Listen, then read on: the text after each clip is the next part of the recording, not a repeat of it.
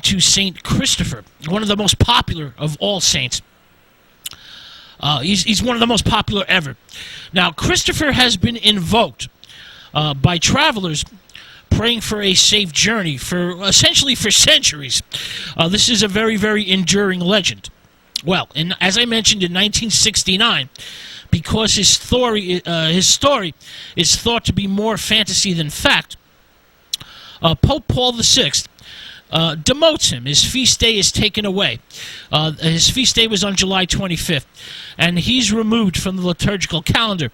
Now, I want to make it clear that St. Christopher's saintly status is not stripped away.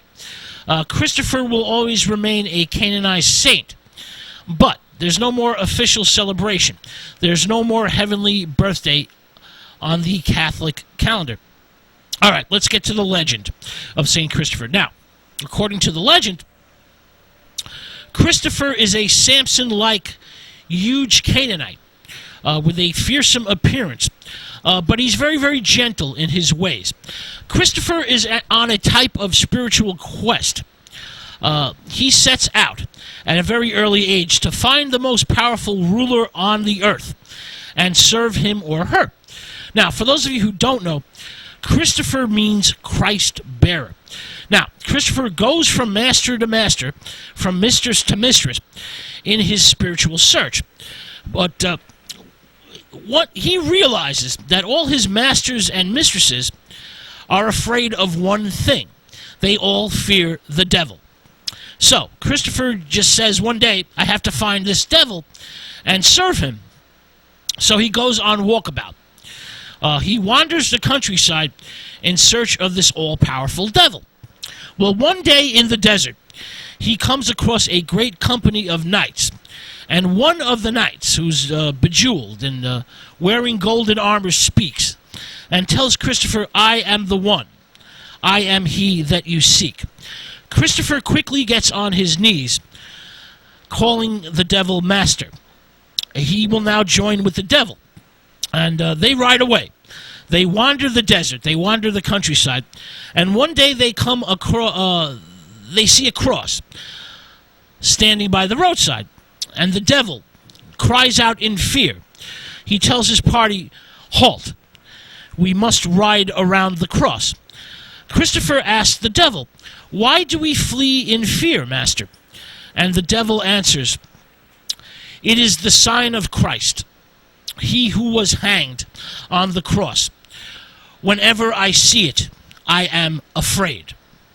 Well, Christopher realizes immediately, then he, this Christ, is greater and mightier than you.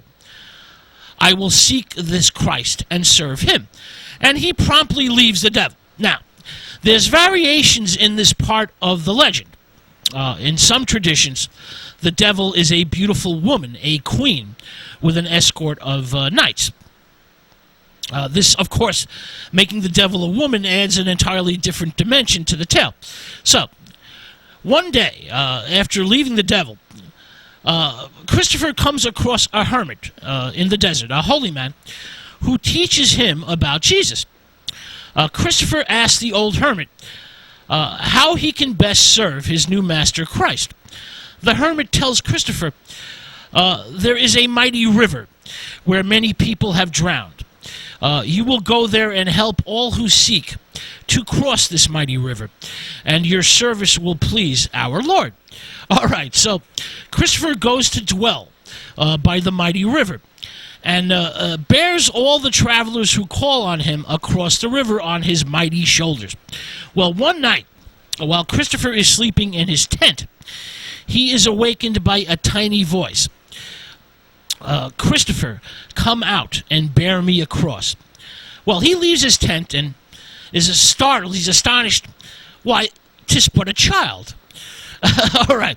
So as they cross the river, the weight of this child on Christopher's shoulders begins to grow heavier and heavier. And Christopher tells the child he is bearing on his shoulders, you weigh like the entire world on my shoulders.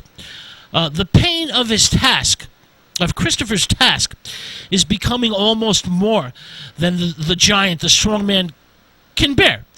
And Christopher begins to wonder, am I going to drown? Well, the child tells Christopher, you have borne not only the weight of the world on your shoulders, but he who created it. I am Christ, the King you serve. The child tells Christopher to get his staff and place it in the ground, and I will give you proof. All right, so Christopher does as the child requests. He places his staff into the ground, and the next morning, fruit and flowers grow on the staff. It has become transformed into a tree. Christopher no longer has doubts. He believes the child.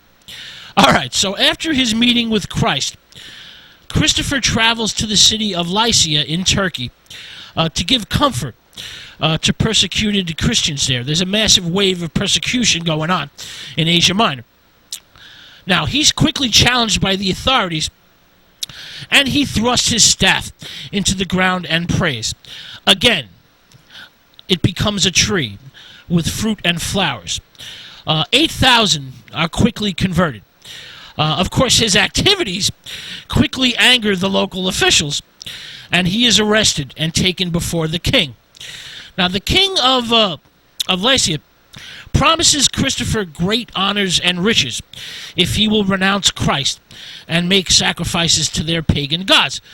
Christopher, of course, refuses, and he is now sentenced to die in torment. Christopher is cruelly tortured. Crosses are branded with hot irons all over his body. He's branded from head to toe. But of course, he survives.